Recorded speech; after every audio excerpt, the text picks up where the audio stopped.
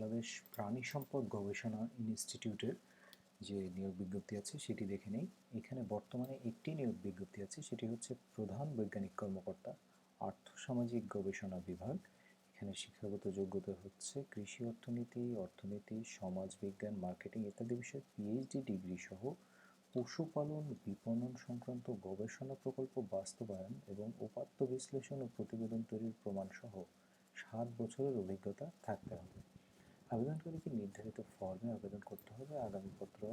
আবেদনপত্র আগামী 18/3/2021 তারিখ অফিস চলাকালীন সময়ের মধ্যে নিম্ন স্বাক্ষরকারীর দপ্তরে পৌঁছাতে হবে।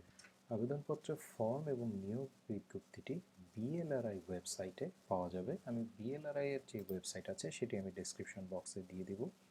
আর আবেদনপত্রের সাথে 3 কপি পাসপোর্ট সাইজের রঙিন ছবি সত্যায়িত করে সংযুক্ত করতে হবে। তাছাড়া যে ডকুমেন্টগুলো অ্যাটাচ করা প্রয়োজন সেগুলো এখানে দেওয়া আছে, আপনারা অবশ্যই আবেদনের পূর্বে ভালো করে দেখে নেবেন।